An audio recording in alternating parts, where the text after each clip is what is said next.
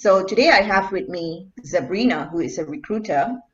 Um, she's the founder and CEO of Half the Sky. I have Zabina, who is a legal ethics and compliant risk professional, a consultant, also a professor at NTU. And we have Sandra, who's joining us all the way from US. It's late for her. Thank you, Sandra. Special thanks to you. She is an experienced litigator, arbitrator, and a mediator. And all of these ladies wear several hats during their day-to-day lives. So without further ado, I would like to hear from the panelists, and I'll start with Sabrina first. Sabrina, can you share about Half the Sky and the reason behind your brand, please? Sure, Mel. Thank you so much for the lovely introductions. And hello, everybody. My name is Sabrina Ho. And first, I want to say what an honor to speak alongside with these powerhouse of panelists. And thank you everybody for joining us.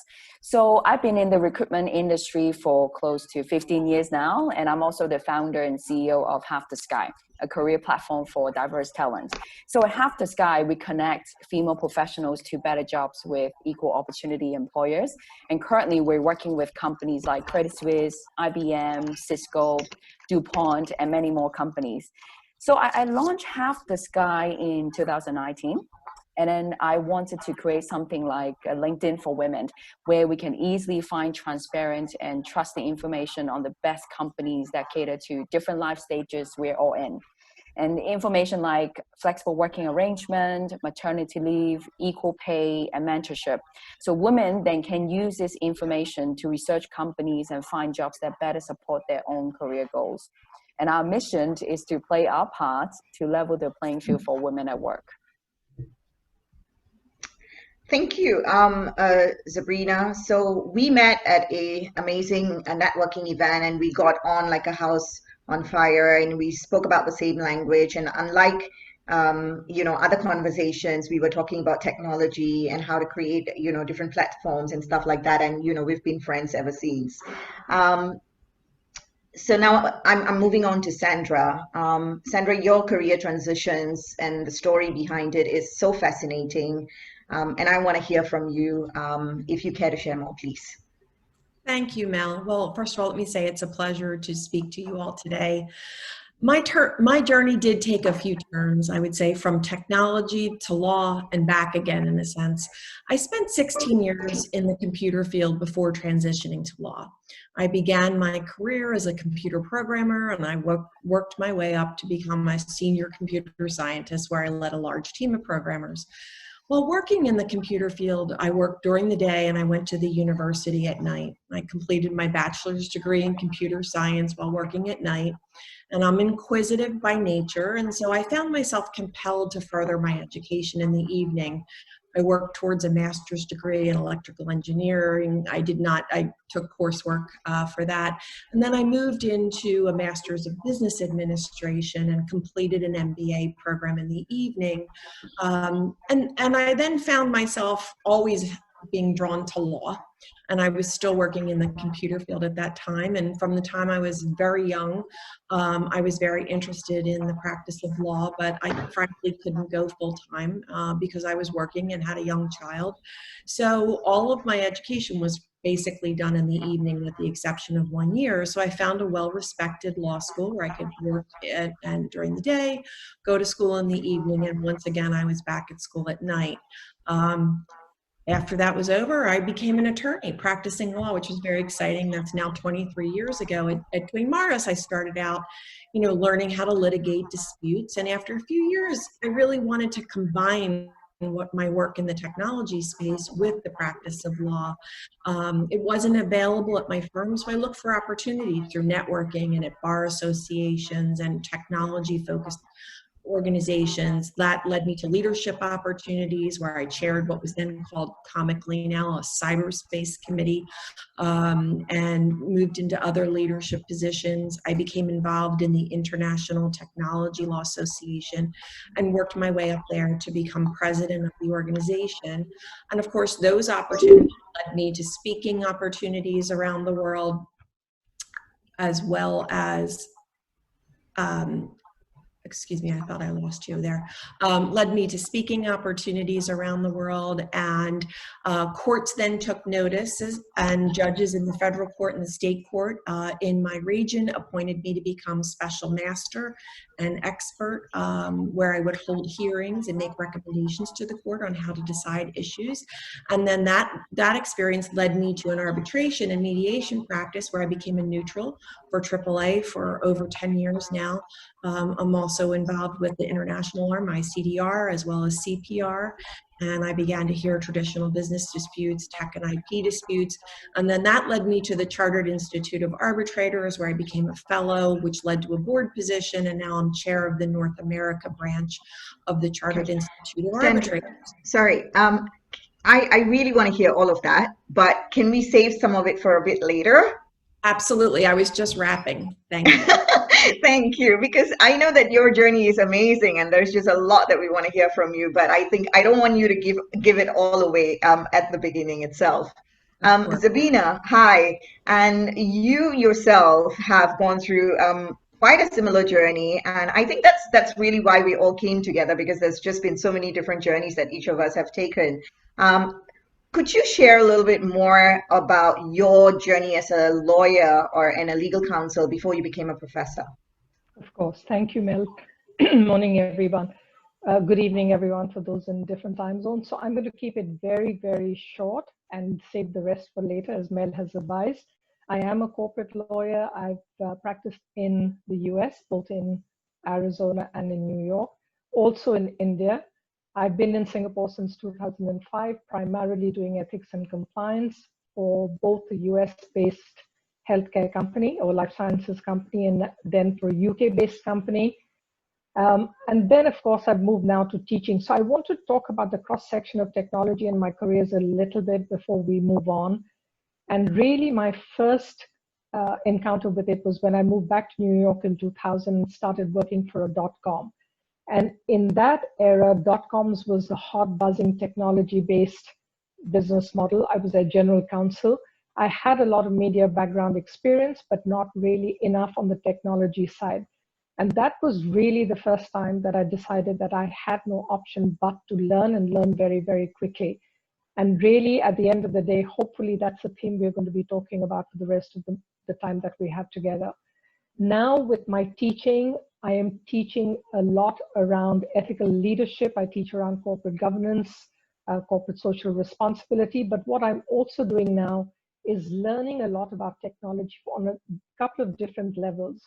One, on the legal side of it, I'm teaching at the business school, but also from the ethical perspective of what does technology mean to each one of us? What are the legal implications and what are the ethical implications?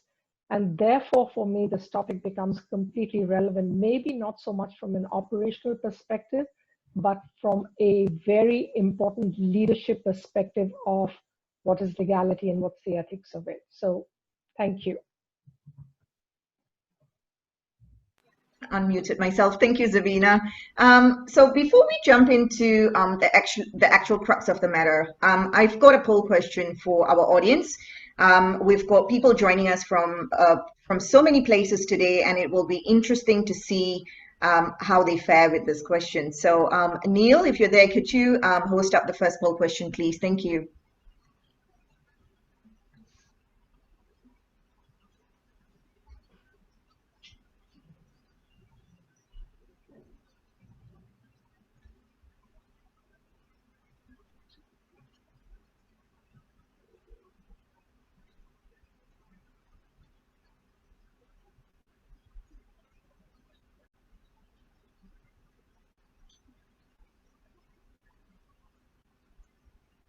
We'll just give it a minute or a couple of seconds, actually.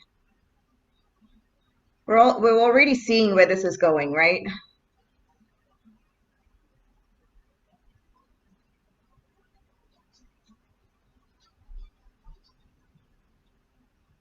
Okay.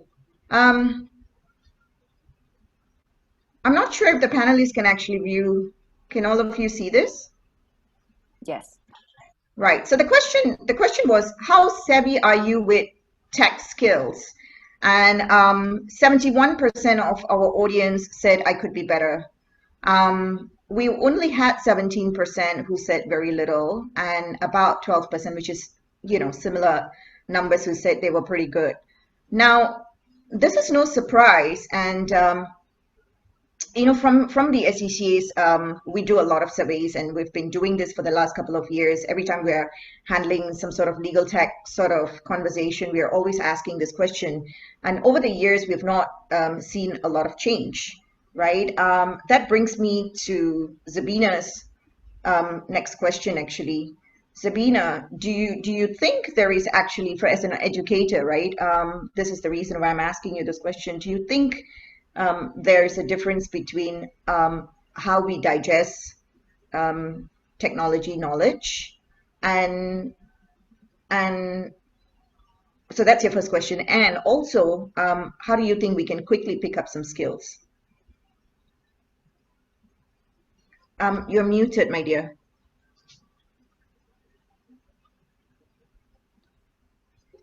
Thank you for the survey results. And pretty much with the bell curve, I think I fall within the 71%. I wasn't allowed to vote in the poll. But before I answer the question that Mel has asked me specifically, are there huge differences between how men and women digest knowledge? I just want to really refer to a very interesting article that came out in March of 2019, which is last year, a little over a year ago.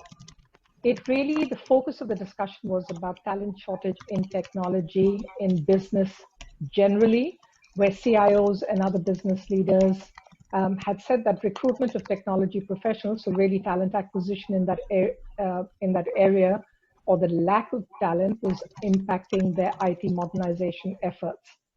What is the obvious solution? Clearly, you go out and recruit more women in the technology industry. However, what is interesting in another survey that was done by a tech leader, Judith Spitz, is that technology is the only STEM discipline. So science, technology, engineering, and math. Technology is the only discipline where the participation of women has declined in the past 20 years. This does not allude to skill sets. It does not allude to competence. It doesn't allude to anything more than the participation aspect.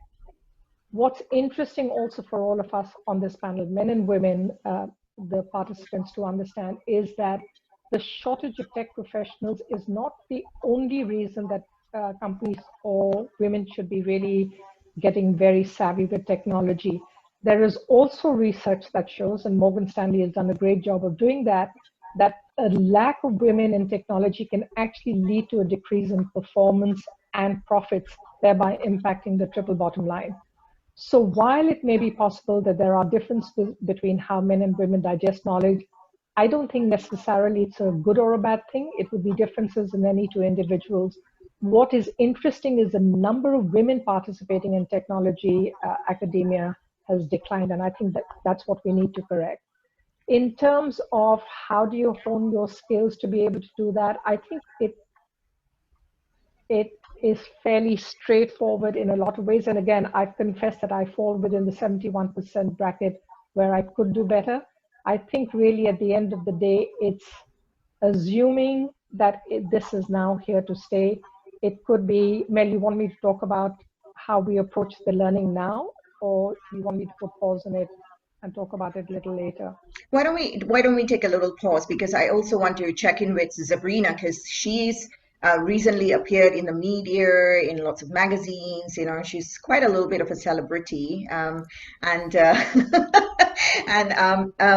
so Sabrina, you have done a fair bit of research, and you've got some statistics as well. Is there anything different from what Sabina has shared, or is there anything you're willing to add on to it? Yeah, thank you, Mel. Thank you, Sabina, as well. I would definitely say no, there's no difference. So I start by stating the obvious first. So technology is reshaping almost every aspect of our lives, and the workplace is no exceptions. And COVID-19 is just supercharging that transformation. So allow me to share with you some data to support what I said. So before COVID-19, between 40 to 180 million women globally were likely to transition into new jobs by 2030, which is in 10 years' time. And these women are mainly in the service-oriented and clerical support occupations. And well, COVID-19 has made these predictions come true and worse. Citigroup estimated that more than 220 million women are likely to face job cuts during the pandemic. Hospitality, retail, F&B sectors are being affected the most by coronavirus. And unfortunately, most workers employed in these industries are women. So I would say you may be mistaken, the audience, if you think that it doesn't affect you because you are a high-flying lawyer. But in the past 18 months, US law firms alone spend about $1.5 billion on robotic process automation. So most global companies in the legal sectors are investing in technology to remove repetitive process. So for a privileged few, the technology will help them to do their jobs better. But for a large majority, it means that an elimination of your job or a complete redesign. So I'll give you another stat as well. So globally, women account for 52% of non-tech jobs, and only 20% of women are in tech jobs. So on half the sky, most of our jobs are in APAC countries, for example, Singapore, Hong Kong, Australia, New Zealand, Malaysia, Indonesia, and Japan. And what we see is companies from tech or non-tech industries are struggling to attract female tech talent. And that's an area we see are growing aggressively even during this time, and they want to hire more talents. So to conclude, women are especially vulnerable as the jobs that we need to transition into require hard technical skills. And unfortunately— So I have a question, Sabrina. Does that mean that there are enough opportunities, but women are not grabbing them? Or, okay. And that goes, that clearly states what Zabina just shared, because the businesses then are going to clearly have a strain in the way they're going to be productive, because a lot of this base level work is being handled by females. Brings the question to Sandra now. Sandra, what do you think, whether it's a lawyer or, or just business environment, because you know these tech markets really, really well, what can, or your advice would be to some of us? Well, I mean, certainly, I think we can all say, as Sabrina just said, I mean, we can't deal without technology. It is unfortunate that there's not more women involved. I mean, I can speak to the legal industry now, and I think really, the legal industry and the courts certainly they've been traditionally very slow to change over time. It took courts in the US many years to adapt to online filing and some of the most modest technology, candidly. And most of the innovation, as Sabrina had says, is really in technology law for law firms and things. We've seen a very significant shift years ago with discovery that the tools have advanced. There's a significant use of very rudimentary AI or artificial intelligence now, which is becoming more prevalent for routine tasks, but we have a very, very long way to go. I mean, most recently, as Sabrina said, the significant changes in the way lawyers are working as a result of COVID. And I don't want to certainly understate the devastating effects of COVID on health and safety and economies around the globe, but it certainly has moved us at a warp speed to rely on technology, where most of us, including our judiciary, have sheltered at home and have been forced to work outside or in their homes, working remotely. Lawyers have learned that they can do it with ease, reviewing documents online, conducting depositions and meetings. Courts have been slower to adapt, but we've now seen tremendous growth in the use of technology. In the US, we had the highest court in our land. The US Supreme Court heard argument via telephone, which was unprecedented. We've had complex trials lasting weeks on very complex intellectual property matters being done remotely on video. In the ADR front, lawyers and clients are doing mediations and arbitrations online. And in the end, everyone is adapting, and technology is continuing to enhance our ability to work faster, more efficiently, more cost effectively. So I have a question then, Sandra. So there is still a lot of noise in the legal space saying that people are just not as fast as they should be, Or is that the problem with the tech, or is that the problem with people's, the way they just embracing it? Frankly, I think it's people just don't embrace technology at the same level. I think I think it goes to growth mindset, which I know we're going to talk about. Yeah. It really is I about adapt. the poll number 2 again. I think we unfortunately did both the polls at one time. Neil, can you show the results again, please?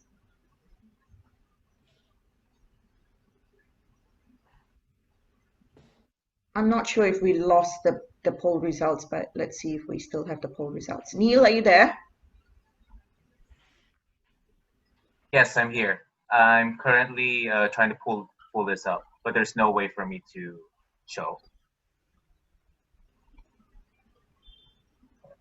Can you see the results now? Can you guys see it? Nope.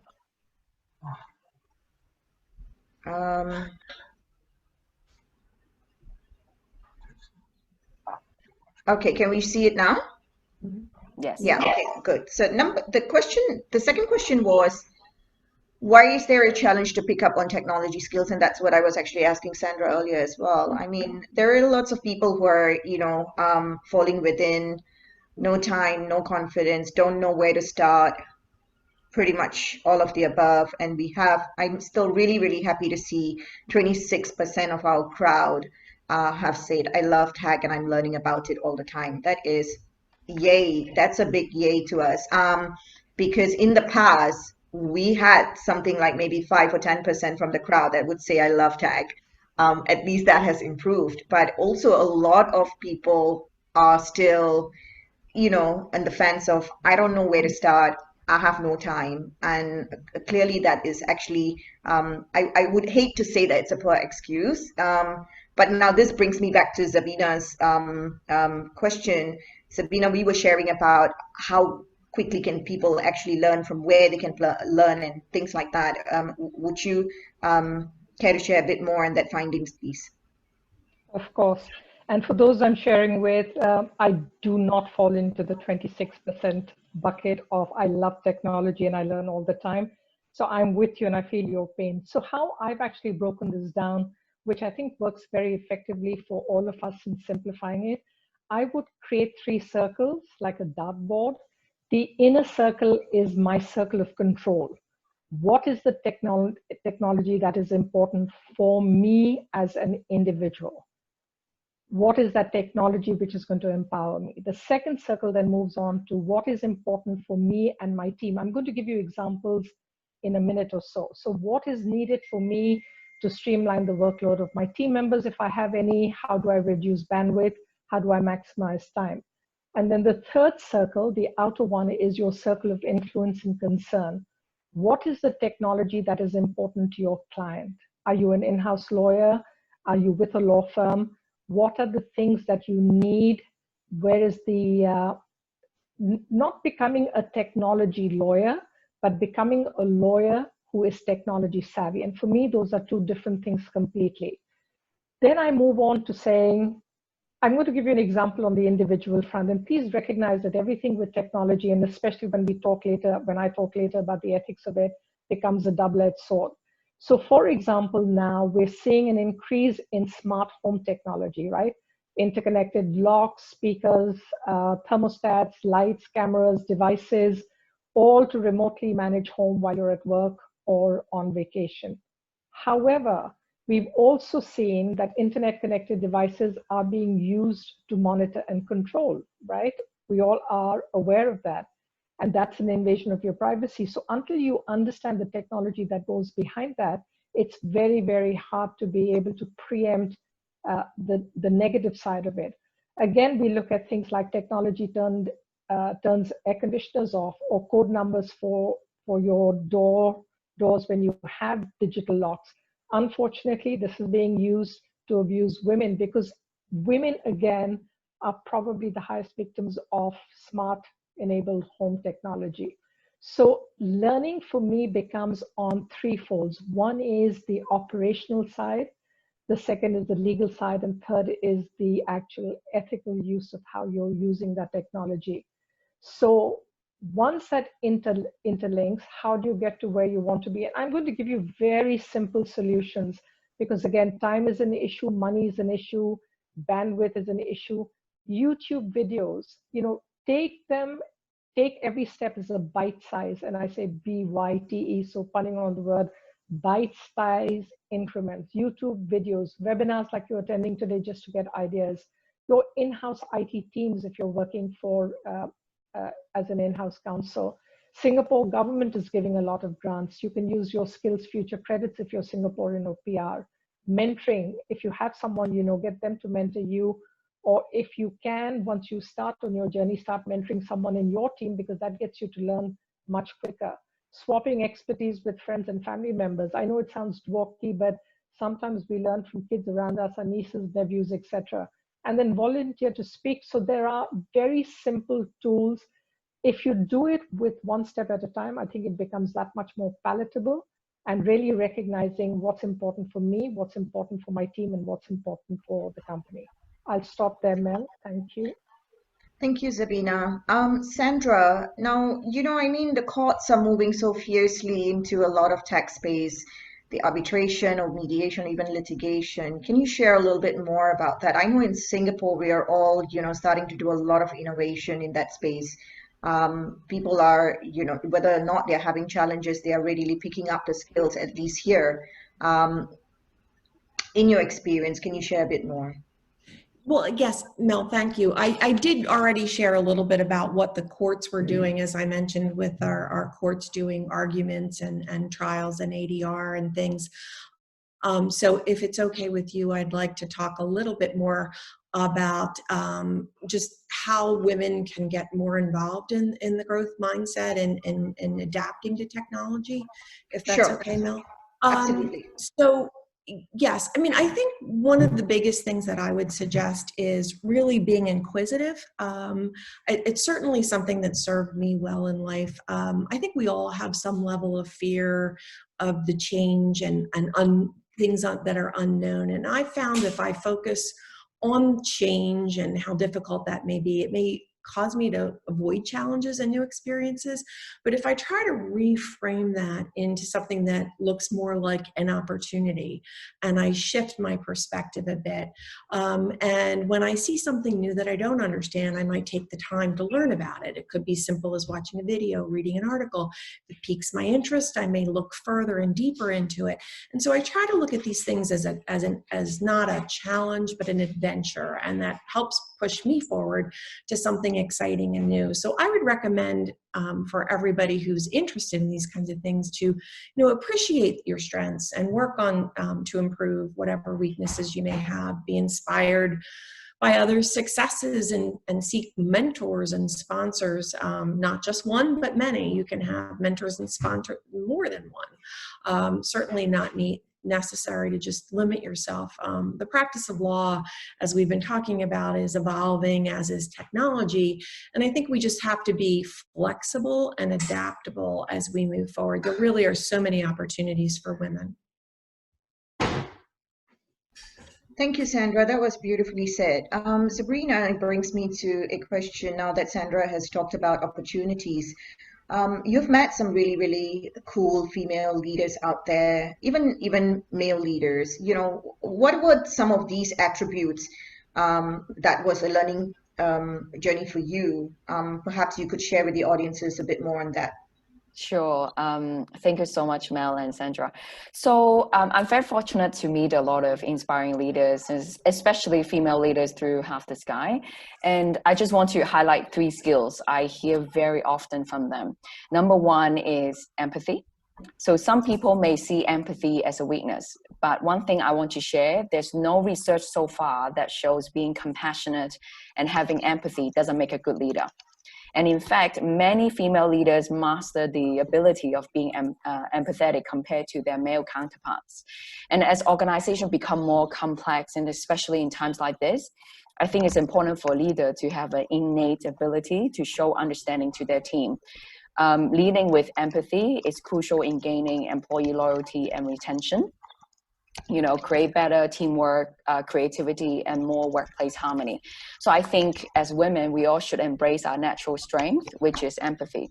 And number two is having a growth mindset. I know Sandra is going to explain a little bit further. And I think from my point of view, what I gather from the leaders, a growth mindset means you're able to deal with disruption and manage the change. You embrace the change and you do something about it.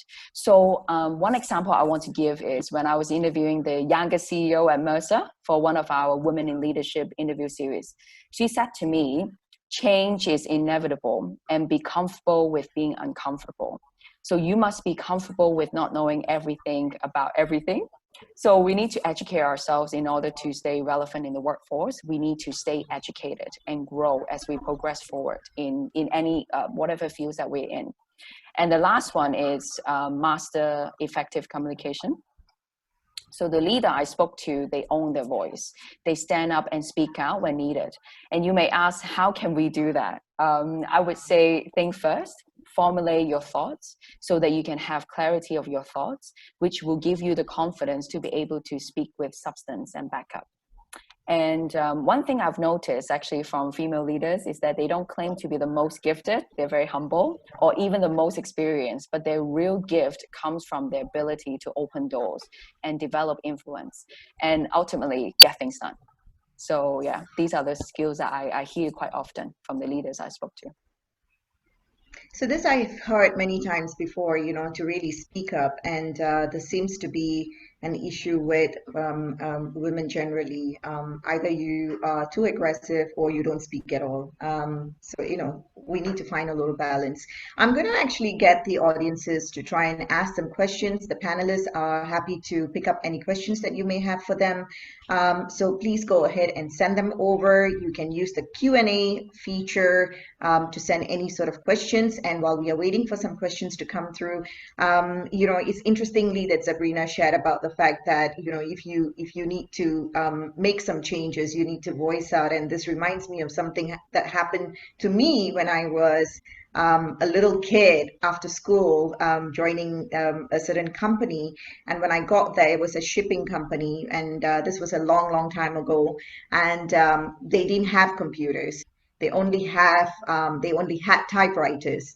And I was given a lot of documents to get them through by the end of the day by using nothing but typewriter machines. And it was the worst situation I could have been, because I was wasting so much I was killing so many trees in that 2 weeks of my job in that role as, churning out documents. I learned a lot, but I also got really, really frustrated because it was just not effective. It was not efficient. So I actually went and knocked on my boss's door. And I actually sat down and I talked to him. I said, you need to change. You need some computers in this office. You need to doll it up with as many machines as you possibly can, and I just didn't tell him that this was difficult for me to do. I actually broke it down for him to say how much of money we're going to be saving. I actually brought my rubbish bin to his room and showed him how many papers I've wasted, and gave him financials of how much more can we do and how much more money can he make. And being a typical a Chinese boss, right? He was completely sold. He said, okay, let's do it. And do you know how to use computers? He asked me. That was his first question. And I said, sure. And he says, but I don't. And I said, I'm happy to teach you, right? So this was, I will never forget this story. And that's because it was, as a male, even because he didn't know, and I was only 2 weeks old in the company, I was this young little thing, he was willing to listen as a boss, right? He gave me the opportunity to have a voice, and then we completely innovated. Each of us had computers. There was trainings that was going on, and I got stuck to that company for 7 years. Not just as a documentation person, I grew and finally became, their APAC manager. So it just reminded me of when you said, Sabrina, to actually have a voice and open up. Anyone else? I have some questions coming in, so let's quickly have a look at them and perhaps jump on it. We have the first question that came from Rosa Maria, and she has been saying hello to all of us. And hi, Rosa. Your question is, can we say that a mediator has to practice leadership skills or leader skills because empathy and good communication, be capable of listening carefully, save face, and all of that is important in mediation? I'll pass that question to Sandra. It's not exactly a tech question, but Sandra, maybe you have a good answer for this. Well, I mean, I think mediation, I think all parties have to really be in the process of listening. I mean, that's what's most important, right? I mean, you're trying to get to a resolution with a mediation. And so therefore, it's very important that, for example, a mediator is listening to all the parties and appreciating each side of the issue, of every issue. It's also important that the attorneys themselves and the participants are communicating. I often find that sometimes people come, I speak about clients or client representatives, they come to a mediation with an adversarial approach and they're not listening. And that's not how you're going to actually resolve a matter. I personally think that ADR, particularly in today's environment where now disputes are going to take that much longer because everybody's been sheltered down and the courts have many more important things to deal with, I think it's all that much more important that we start to look at these alternatives to going into court and to using the tools that we have before us. But you have to reframe your mind into a listening mode in a way that you can appreciate and look at the other side's issues. And I always say that a good mediation result is one in which both parties are unhappy. We have one more question that spoke about empathy as well.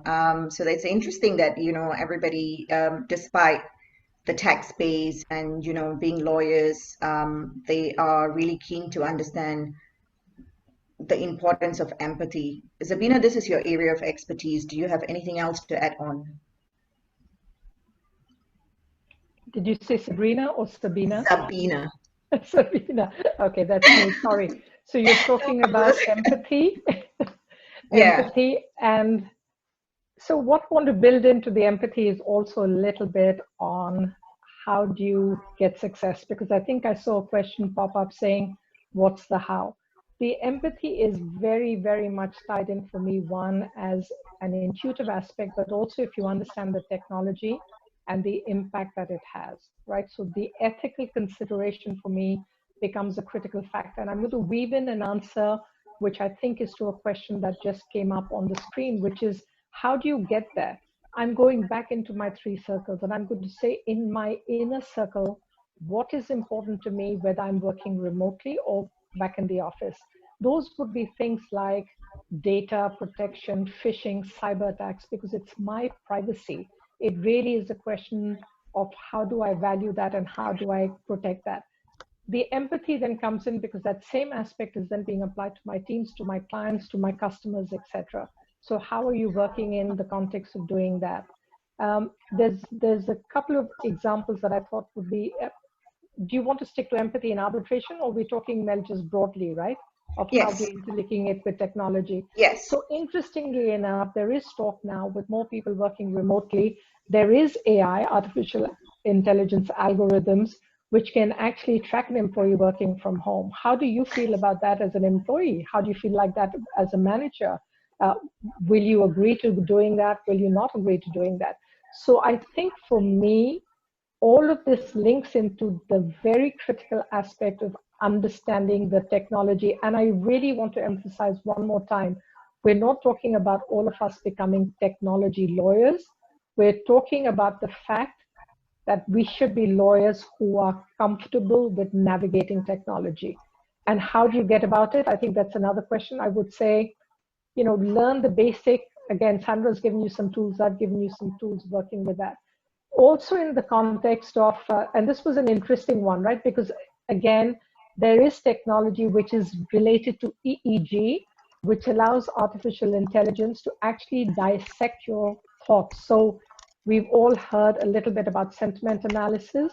This one actually allows AI to dissect thoughts. And this is being used to monitor alertness, productivity, mental alertness. And it's actually being used for train drivers on the Beijing-Shanghai high-speed rail, where the technology is used and workers are sent home if they have low measures of concentration. Now that's fascinating, right? As a passenger, it's great for my safety, but as an employer or an employee, where does that take us? So I think links in very beautifully empathy and technology and understanding how you actually use that as a tool for benefiting everyone around you. Thank you, Mel. Thank you, Zabina. So there is a really interesting question, and you know, we've got a few questions similar to that. This question came from Tong Mei Yap. I'm not sure if it's a female or a male, but it really doesn't matter. Okay, this person actually have said, I'm trying to drive adoption of technology in our legal and compliance work in my organization. I work in a male-dominated, very traditional environment. Okay, she's a female. The technology is concentrated on our products, not the corporate and support services. Any advice on going out and championing and driving this change? I'd like to throw this question to Zabina. Zabina, any thoughts, any advice? I would make it a competition because that always makes people actually really want to participate. I think it's a necessity is what I'm understanding the question to be. How do you get people to adopt?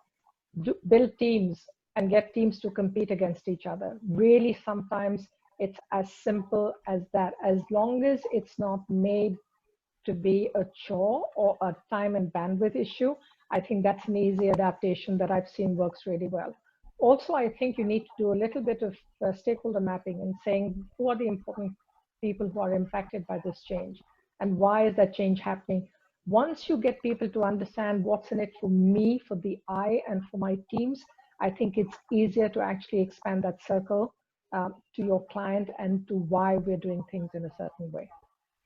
Thanks, Zabina. I think there is a lot that organizations actually can do. There are workshops, there's trainings, you know, there's always movie nights where, you know, they could actually watch to see how they can, you know, do things better and things like that. It's just so many creative ways of getting your team to support and especially your bosses to support. I think the main important thing with trying to get your bosses to be convinced is to show the P&Ls that how it's going to improve. Sabrina, I have another question for you. There were some questions asking, are there global women organizations? Are there support groups for women to adapt and to learn and so on, peer sharing and all of that stuff? I know we have gone to a few, so. Yes, I think one of the organization I can think of is Lean In. So it's quite famous globally. They're pretty big in US as well. So Lean In, they also have chapter in Singapore as well. So they provide a lot of resources, and also Half the Sky are collaborating with them as well. I think it's really good for female PMETs to connect and exchange ideas. And this is something that we are trying to do as well moving forward. So I think that's the one that I can think of right now. It would be Lean In. Thank you. Interestingly, there's just so many groups right now. There is women in tech groups, you know, there is just so many support systems. I know they have them in Singapore. Sandra, there is a question that came up to say, this is a cute question. I would like to embrace automated solutions to shift some of my boring legal work, but budget constraints invariably prohibit change. Keen for the panelists' suggestions. What can you advise this person? Alexis Talcott Curry. Well, I'm very familiar with that because I too am a lawyer at a law firm and know that budgets certainly inhibit change. One of the things that we do though is we have a partner technology committee, and we're certainly looking for new ideas and kind of thinking about, I think with technology, how can you make the everyday tasks more efficient. That, and as we've talked about and Mel said, you know, once you can show an ROI in the bottom line that there's some benefit to it, that's obviously going to bubble up to the top. Things that are going to be helpful for the firm, the company, clients, things of that nature, and you can show the efficiencies. I think that is probably where you'll have the best opportunities in technology. Right now, it's not as sophisticated as we all would like, so it's usually, you know, automating routine tasks. Thank you, Sandra. There is another question, and this is on, career transition again. So perhaps, both, I want to ask this question to all three of you guys. They're talking about really training and courses available out there and stuff like that. Sabrina, your thoughts, please. I would say resources, especially free resources, are everywhere now. So during the COVID-19, I know a lot of Ivy League schools are providing free training courses. And I think one of the skill set that I would recommend everybody, no matter what position you're in, you can be a lawyer, compliance, sales, to learn is data analytics. So to how to make sense of the data, explain it and build your case and speak to the business and potentially solve the problems. I think if you really want to put your money in, data analytics will be the one. And in terms of free resources, I mentioned Ivy League schools and also General Assemblies. They have a lot of great courses, and a lot of them are free as well, the introduction courses. And there's another organization called Coursera. So again, they provide a lot of free training courses as well. Yeah. Oh, you Sandra? too. Sorry, Sandra? Yes, well, interesting that Sabrina said data analytics, because I too was thinking about data, but in a slightly different way. The greatest value of any company right now is data. Data is the new gold, and this is where the value is. And of course, we all know that the data protection regimes in all of the different countries are extraordinarily complex. There's a lot going on there. I saw a number of questions came up as well about, legal professionals and do we need to understand tech? No, you don't have to learn how to do code. You don't have to have a computer science degree like I do. But think about these kinds of things, as Sabrina said, data analytics, and on the other hand, more information governance, data protection, cybersecurity. I think data protection is probably easier. Cybersecurity might take you a little bit more about the technology, but there's so much out there. It's such a need right now. It's such a hot area, and there's absolutely no reason that you can't learn that. You don't have to learn about the technology itself, but you can start to steep yourself in that. And as Sabrina said, there's so many free resources now. There's webinars. Everyone's doing webinars and blogs and things, and get yourself involved and just start to learn, start to read. And the next thing you know, you'll become an expert. And Sabrina. So again, I think lots has been said about the resources available today. I think some of them have been available. YouTube is a great way to get there. I really believe that if you can start simply without overwhelming, and again, to build on Sandra's point, not become a technology lawyer, but a lawyer savvy with understanding technology and the role it plays for you and your wider community, it helps with the learning aspect a great deal more. So aim high, but take small steps and do it with articles, YouTube videos, webinars, plenty going on. And once you do that, and I would focus a lot also on artificial intelligence, right? A lot of discussion goes on about how decisions are made for us. For those of you who have Siri or Google search, or how information actually pops up. Sentiment analysis, is that what's happening with your teams? Are you doing any kind of predictive work that will help you streamline your work-life balance? So again, not the underlying coding. And if you want to do that, that's great. That's not what interests me. But really, truly the overarching impact that it's having on our work and on our personal lives. So there is a question that talks about adoption of technology in legal and compliance work. And absolutely, for things like monitoring, for example, data analytics has been used for the longest time, right? We've had all the big four working with lawyers or law firms or clients with getting a very good finite sense of where spends are going, whether there is any kind of aberration in the spend, etc. So all of that makes your life easy. Now, I will say the ramp up does require an investment of time, bandwidth, and money, but stay on the path. Because if you do, it actually plateaus out after a while and makes your work-life balance way better and more intuitive. Thank you. Thank you. I think we've come to the end of our session. It is 11:56. We've got 4 more minutes. So I would like to hear any conclusions if any of you like to say some last statements. Otherwise, anyone? Sandra? I would, okay. Sure, I'd be happy to. I mean, I think the proliferation of technology really offers so many opportunities for all of us. I would just say be inquisitive, read, network, get yourself involved, volunteer. There's always opportunities to write. People want to co-author an article with you. You can blog now, become involved in committees and things. And there really are just so many opportunities. And particularly now, I think people are looking for women and people of color. Things are starting to really change. And I do think that COVID has to some extent been a bit of an equalizer now that also our male colleagues are at home as well as we're at home. And it's given everybody a little bit of a level set that I'm hoping will continue on as well.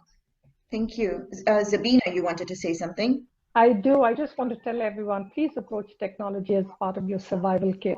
Really, as simple as that. It will empower you. And by the way, this advice is completely gender neutral. It applies to everyone on this call, male, female, transgender, etc. Take small steps if you're on the beginning of your journey. And if you're in the 26% who loves technology, then please start mentoring women and men who are in the other bucket. So thank you for the opportunity and listening. Sabrina? Yes, so I will share 3 tangible actions we should all do start from tomorrow. So number 1 is no matter what you do, be tech savvy. Number 2, we have to retrain, relearn, and reskill now, right now.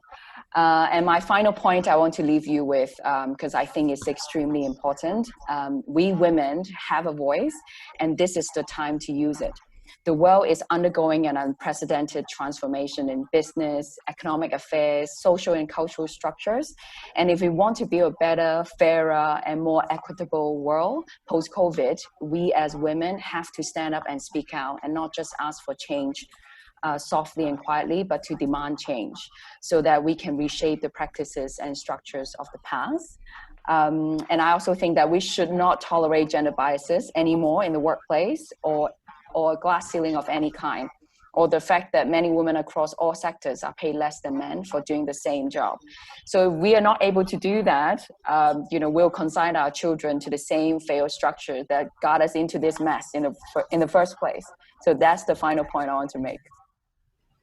Thank you, ladies. Now, concluding from moderator, Mel Nirmala, send us more topics that you would like us to converse during this Women Leadership Program. I do want to say something that we all started with. Change is inevitable. Change is the only thing that's not going to change. Tech is here to stay. It's not going anywhere. Data, business intelligence, analytics, algorithms, it's everywhere around you. You don't have a choice. You need to embrace it. It's not that difficult. And it's not gender, age, race, religion, bias. Tech is the only thing that's available to everybody. It's going to innovate you. It's going to make you so efficient. And trust me, when you start talking codes and when you start talking data related sort of stuff to your male colleagues or to anybody, they will know that you know your stuff. And that's where you gain opportunities. Thank you very much, ladies and gentlemen, for joining us today. Please stay kind to one another. Keep safe. Much love from all of us. Signing off. Bye-bye. Thank you, Mel. Stay safe. Thank you, everybody. Bye.